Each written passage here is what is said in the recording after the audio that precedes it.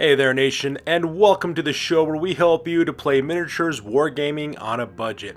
It is I, Commander Cheapskate, and welcome to Mordheim Mondays, where we showcase Mordheim Battle Reports every Monday during our Fantasy Wargaming Weeks. And this series is Empire in Flames. It is a breakthrough scenario that is fought between my two friends, Dark Lord Mac and Sister Serial.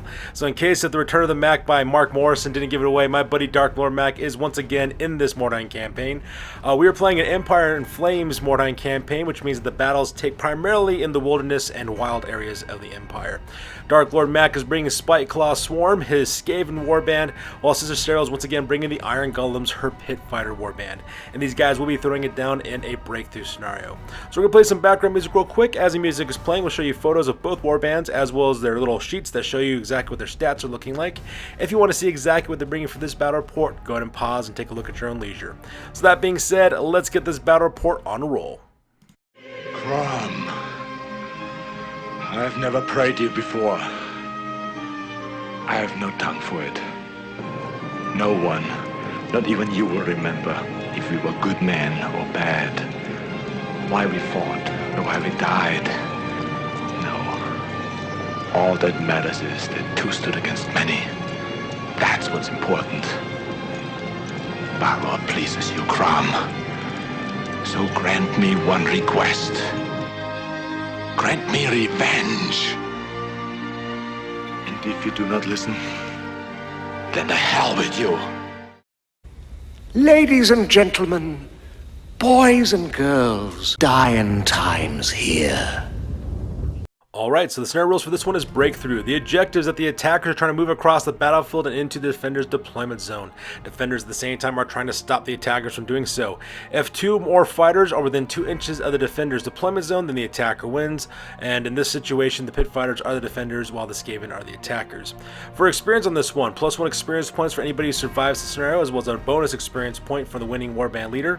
Also, enemies also earn 1 point of experience for taking enemies out of action. And of course, any fighters that manage to break through also earn an additional experience point for that. So the scenario rules over. Let's go and talk about the battle plan as well as deployment real quick. So here's an overview shot of the entirety of the battlefield. As you can see, we're playing on a 4x4 table. Dark Lord Mac is deployed on the bottom right-hand corner of the table, while Sister Serial is deployed on the left side of the table. As for the battle plan, I really couldn't tell you what the battle plan is for my friends because they're the ones playing the scenario. I'm just only taking photos on this one. But if I had to venture what's going to happen, Dark Lord Mac is going to try to send his forces as quick as he can across the table and try to cross into the enemy deployment zone. At the same time, looks like Sister Serial is going to try to stop him as well. I mean, that's pretty much how the scenario rolls. So with the scenario rolls over with, the battle plan over with, let's go and talk about deployment real quick. Alright, so let's go and talk about the Iron Golems real quick. So down the bottom here we got a 3-man fire team. In the bottom left-hand corner is Severgrill. He is a Pit King. He's also the leader of this warband. He's armed with a great weapon. He's also got the leader as well as Pit Fighter skills. Right next to him is Garn Dramnir, a Pit Fighter veteran who's also armed with a great weapon. He's also got the Pit Fighter skill. And then right in front of them is the dreaded Drej Borsha. He's an Ogre Pit Fighter. He's armed with parrot hammers. He's got the Pit Fighter special rule as well as Fear, Large Target, as well as Slow-Witted. And Drej Borsha was an absolute nightmare the last time we had him in our campaign. He was just an absolute living wrecking ball the last time we saw him. And meanwhile, on the top of her deployment zone, Sister Serial has another 4-man deployment team. On the very top, that is Vasadun. She is a Pit Fighter veteran who's armed with a mace as well as War Chain. She's also got the Pit Fighter special rule next to her. Down below, we got 2 Pit Fighters initiates. We have Dran Ilvek as well as Varskil Vek. They're both Pit Fighter initiates, armed with maces, shields, as well as a Pit Fighter skill. And then right in front of them is Banner the Eld. He is a Troll Slayer. He's armed with Paradwarf axes. He's got the Pit Fighter, Hard to Kill, Hard Head, Hate Orcs and Goblins, as well as Death Wish special rules. And that pretty much makes the deployment for the Iron Golems on this scenario. So, jumping across the table in the bottom right-hand corner, we have another 5-man fire team from Spiteclaw Swarm. Up in the front, we have Gnar, Tunneler, and Skidler. All 3 of those guys are part of a Verminkin warband called the Rats on the Walls. They're all henchmen, armed with spears, slings, as well as shields. Behind them on the left-hand side, that is the Cat Killer. He's a black Skaven with fighting claws as well as a sling. And right next on the right is Crick the Almost Trusted, who's an Eshin sorcerer. He's also got a halberd, sling. He's also got the wizard ability as well. And the spell he has for this one is Children of the Horn Rat. And what that does, that once per battle, he can summon up D3 giant rats. In this case, they're going to summon up 1 giant rat in this scenario. And finally, at the top of the deployment zone, we have another 4-man fire team as well. In the back, that is Spiteclaw. He is an assassin adept. He's also the leader of this warband. He's armed with halberd. He's got throwing star. He's also got the leader as well as perfect killer skills. And right in front of him is Squeak the Festering, who's a black Skaven armed with weeping blades. He's also got a sling as well. And then right in front of them are 2 Night Runners. We have Squeak the Lurker as well as Snarl the Rabid. They're both Night Runners, armed with flails as well as slings. And that pretty much makes up the deployment for Spiteclaw Swarm. So with deployment over with, we go directly to the top of turn number 1, and my friends roll off for initiative to see which of them will be going first. Alright, so that takes us directly to the top of turn number 1, and the Skaven managed to pull the initiative on this one, so we skip the recovery phase because this point is not really necessary, and as you can see in this photo, they just run up as quickly as they possibly can.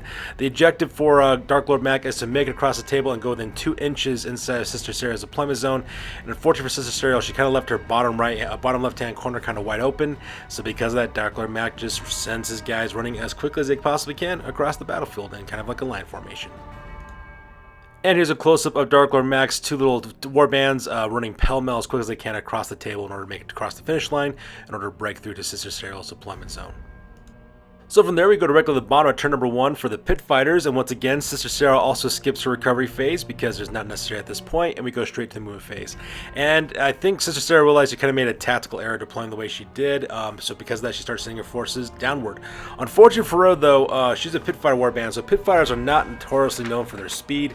Most of them only have movement characteristic of 4. She's also got a Dwarf Troll Slayer who's only movement 3, while the rest of the warband has got like movement 6 and up, 5 and up for the rest of the other warbands. So she just runs as quick as she can in order to intercept.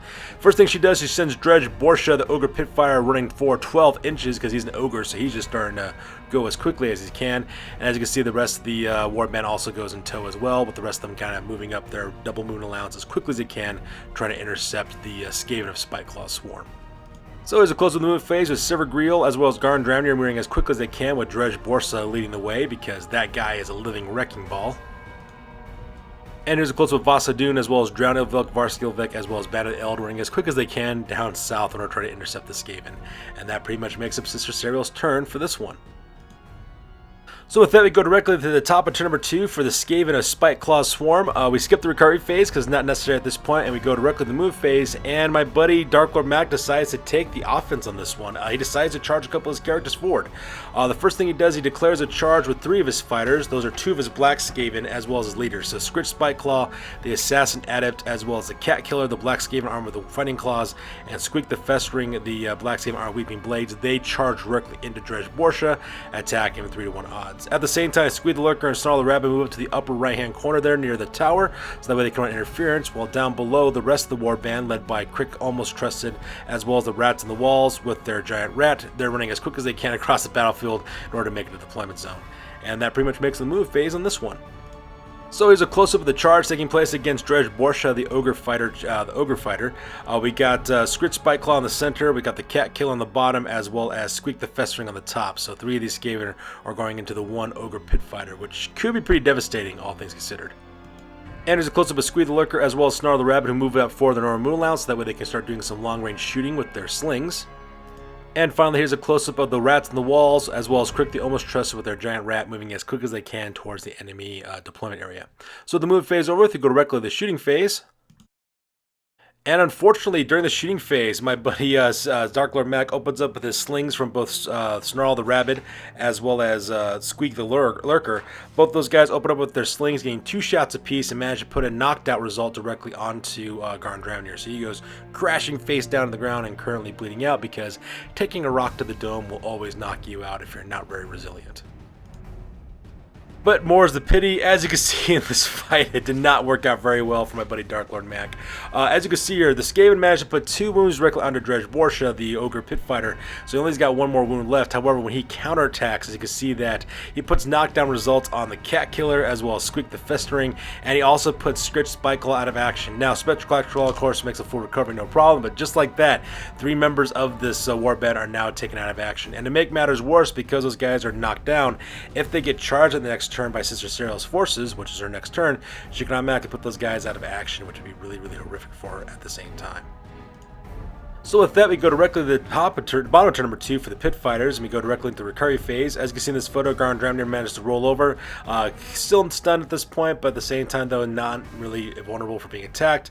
And in the next recovery phase, he'll be able to get back on his feet again. And as you see in this photo, during the moving phase, Sister Serial just fully commits. She sends in Severed Grill, charging directly into, I believe it was the Cat Killer. Oh, sorry, not the Cat Killer. Squeak the Festering, while Dredge Borscher charged directly into the Cat Killer, puts both those guys out of action. At the same time, the rest of her war band just runs up as quick as they can down south, trying to intercept Spiteclaw Swarm from crossing the finish line directly into their territory. And here's a close-up of the move phase. As you can see in this photo, Dredge Borscher managed to take out the Cat Killer and put him directly out of action. The Cat Killer earns a hardened injury for the most part, so because of that, the Cat Killer is now immune to fear. So, after all, running into Dredge Borscher will cause you make you lose any sense of fear if you manage to survive against his attacks. Meanwhile, Severed Grill, though, he managed to put down Squeak the Festering and put an old battle wound on him as well. So, because of that, both those fighters are now put out of action by the Pit Fighters. So from there we go directly to the top of turn number 3 for the Skaven. This photo is taken after the movement phase. Luckily for my friend, he did manage to pass his route test, because that the warband is still going.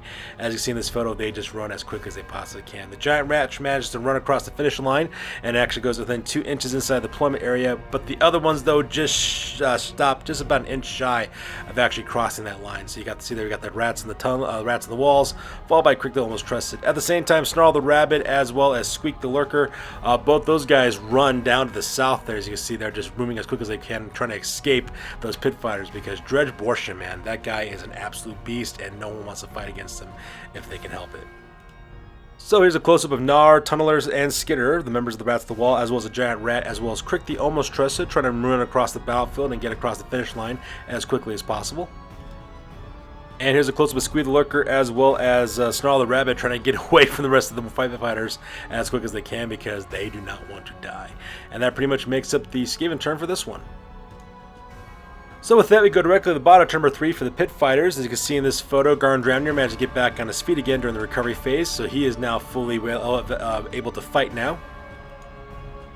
And from there we go directly to the move phase. As you can see in this photo, Sister Serial sent in Dredge Borscher, having him charge directly into the Rat of the Wall, engaging those guys into close combat. At the same time, she also takes the rest of her warband, has them run as quick as they can down the south in order to intercept these Skaven from crossing the finish line. So that part is absolutely terrifying for Sister Serial. She's about one more phase away from actually losing this battle report.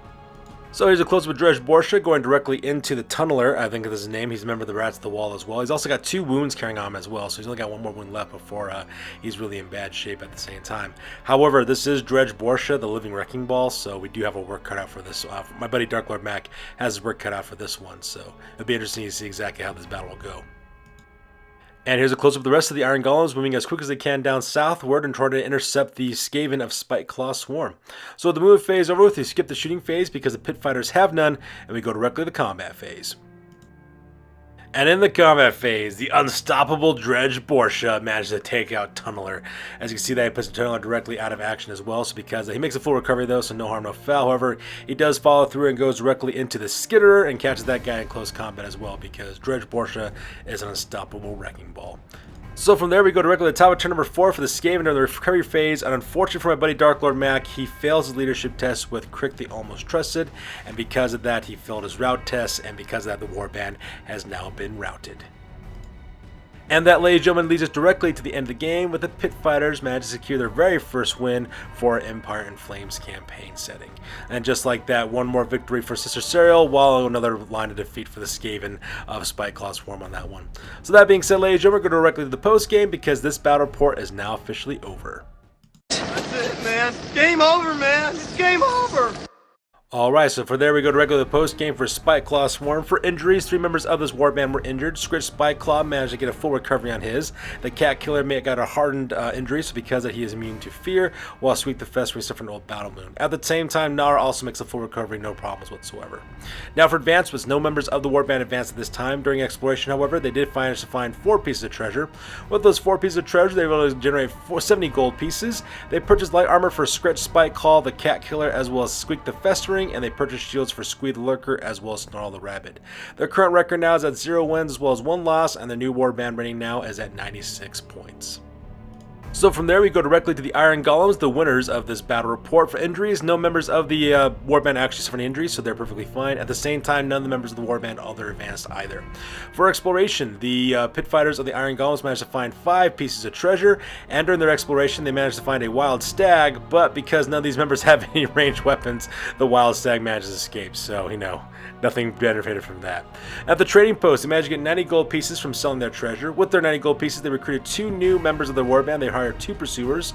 Those 2 pursuers are named Kalata Maktal as well as Drina Maktal. They're both equipped with javelins as well as swords, and so they've now joined up with this warband as well. Their new record now is at 1 win and 0 losses, and the new warband rating now is at 98 points. So there you have it, ladies and gentlemen. That wraps up Mordheim Battle Report number 22 on this one. As always, please feel free to like, comment, and or subscribe. Your guys' input is valuable to us as always. Also check us out on Facebook, Instagram, as well as blogger.com for all the latest greatest hobby news related to our channel.